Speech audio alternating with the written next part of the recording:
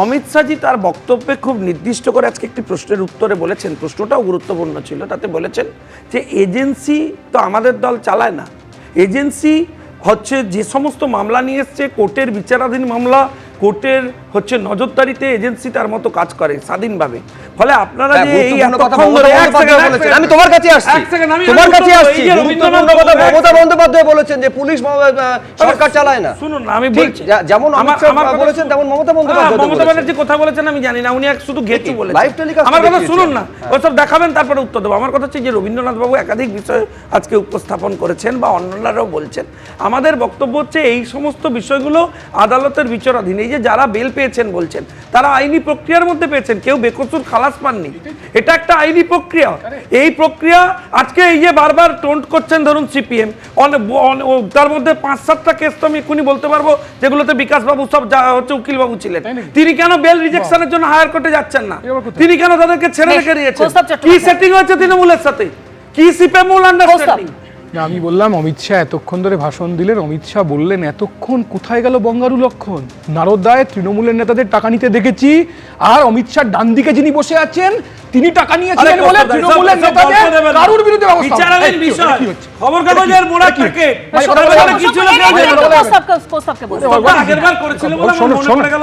আমি বলছি যে বঙ্গারু লক্ষণের কথাটা এলো না। হাতরাস আর হাসখালির সাথে কোনো পার্থক্য নেই, ব্যাপক আর এসএসসি দুর্নীতির মধ্যে কোনো পার্থক্য নেই, উন্নাও আর কামদুনির মধ্যে কোনো পার্থক্য নেই, দল বদল তৃণমূল আর বিজেপির মধ্যে কোনো পার্থক্য নেই।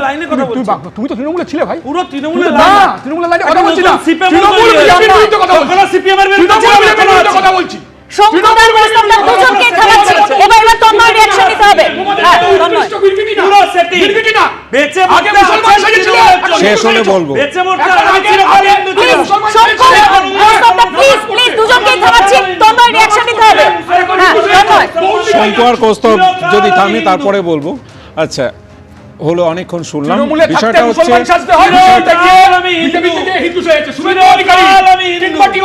আমি হিন্দু মন্ত্র বলতে হয় না, চিরকাল আমি হিন্দু। শঙ্কু আমি বলি, শঙ্কু আজকে অমিত শাহ বলার সময় পাশে শুভেন্দুবাবুকে বসিয়ে তার নামটা বলতে পারলেন না, কারণ কথা হচ্ছিল পারসেপশন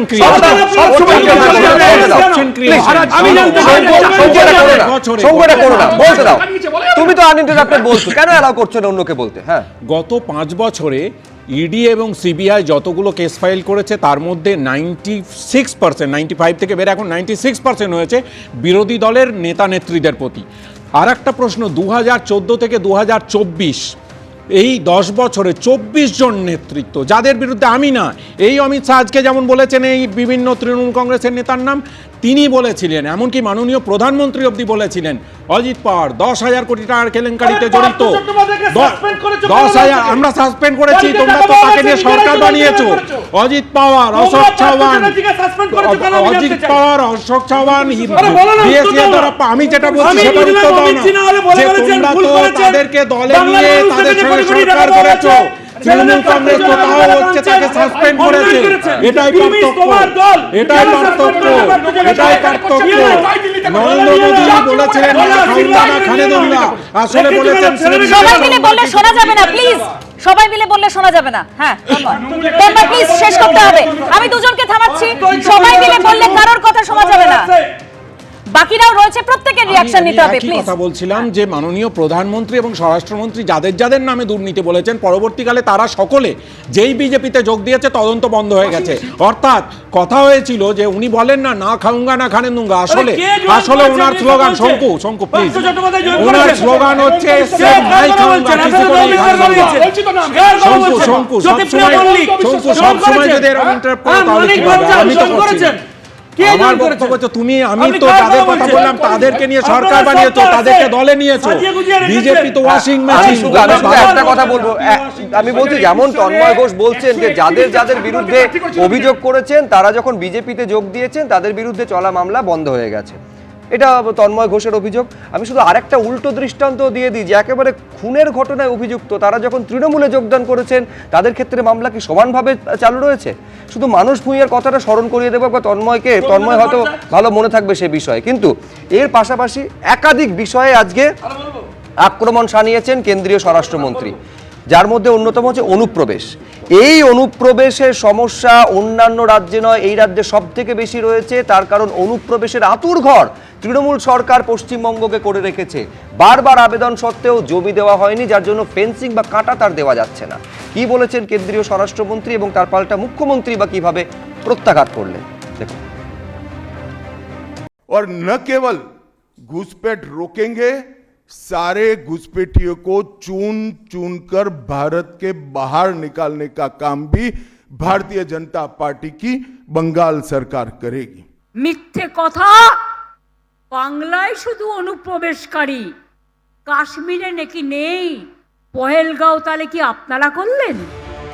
এসআইআর এর আবহে বিধানসভা ভোটের আগে যখন অনুপ্রবেশ অন্যতম প্রধান ইস্যু হয়ে উঠেছে, তখন ফের একবার এ নিয়ে সরব হলেন অমিত শাহ।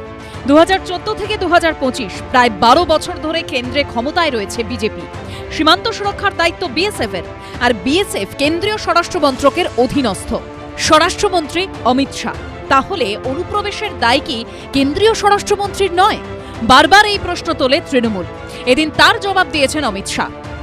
वो ठीकरा फोड़ते हैं कि बीएसएफ है, वो रोक नहीं रही है।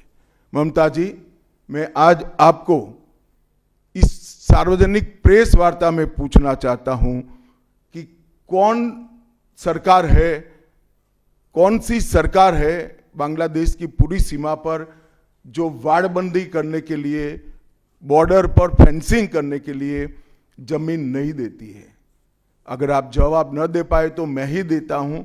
आपकी ही सरकार है जो जमीन नहीं देती है, जिसके कारण फेंसिंग का काम समाप्त नहीं होता है। फिर भी भौगोलिक रूप से कठिन सीमा पर से कोई घुस कर आता है तो कहां जाता है? सबसे पहले बंगाल के गांव में जाता है। आपका पटवारी क्या कर रहा है? आपका थाना क्या कर रहा है? क्यों इसको अरेस्ट नहीं किया जाता? एक ऐसी मजबूत राष्ट्रीय ग्रिड बनाएंगे जो बंगाल से घुसपैठ को समाप्त कर देंगी। इंसान छोड़ दीजिए, परिंदा भी पैर नहीं मार पाए, इस प्रकार की एक मजबूत ग्रिड की रचना हम करेंगे। তুমি মহারাজ সাধু হলে আজ, আমি আজ চোর বটে? জিজ্ঞেস করুন দুঃশাসন মন্ত্রী, বিএসএফ কার হাতে? অনেক জমি তোমায় দিয়েছি, কিন্তু তুমি করতে পারোনি। আগে ওগুলোর কাজ শেষ করো, যে জমিগুলো দিয়েছি তারপরে আবাদ দেব। তোমার তো বর্ডার করার কাজ নয়, তুমি এখন 1.5 কিলোমিটারটাকে 50 কিলোমিটার বাড়িয়ে দিয়ে গ্রামে গ্রামে ঢুকে বিএসএফকে দিয়ে থ্রেট করছো। অনুপ্রবেশ ইস্যুতে সুর চড়িয়েছেন অভিষেক বন্দ্যোপাধ্যায়। অনন্ত মহারাজ বলছেন যে দেশের স্বরাষ্ট্রমন্ত্রী হচ্ছে সবথেকে বড় ঘুসপেটি আর পাকিস্তানি। জগন্নাথ বাবু সে বলছে যে বিজেপি যদি বাংলায় ক্ষমতায় আসে তাহলে আর বর্ডার বলে কিছু থাকবে না। সেই বর্ডার অমিত শাহ সিকিউর করার জন্য মমতা বন্দ্যোপাধ্যায়কে দায় দিচ্ছে। বিজেপি কি তার বিরুদ্ধে কোনো শোকজ নোটিশ সার্ভ করেছে? তা অমিত শাহ আগে তাদের দলের বিধায়ক লোকসভা এবং রাজ্যসভা তাদের সাথে কথা বলুক, তারপর এসব বলবে। Bengal is opening door for the infiltrators. I think we must take strong action in West Bengal, Bangladesh border. SIR আবহে অনুপ্রবেশ ইস্যু নিয়ে তরজার আঁচে ফুটছে রাজ্য রাজনীতি। এই প্রেক্ষাপটে অনুপ্রবেশ রুখতে বার্তা দিলেন রাজ্যপাল CV Ananda Bose. The state, we are a federal entity. State has got certain responsibilities, the center has got certain duties. Both of them will join together. If there is any hitch, we will certainly sort it out. অনুপ্রবেশ রুখতে সীমান্তে কতটা সক্রিয় BSF, এদিন কলকাতায় একটি অনুষ্ঠানে তা তুলে ধরলেন বিএসএফ এর আধিকারিক। हम सभी जानते हैं कि अवैध घुसपैठ और तस्करी यहाँ की प्रमुख समस्या है, जिससे निपटने के लिए आधुनिक तकनीक से सीमा की निगरानी की जा रही है। এসআইআর শুরু হতেই দলে দলে অনুপ্রবেশকারীদের বাংলাদেশে ফিরতে দেখা গেছিল। সেই অনুপ্রবেশ নিয়ে এবার সরগরম রাজ্য রাজনীতি। আবির দত্ত, আশাবুল হোসেন ও ব্রতদেব ভট্টাচার্যের রিপোর্ট, এবিপি আনন্দ। এবিপি আনন্দ, এগিয়ে থাকে, এগিয়ে রাখে।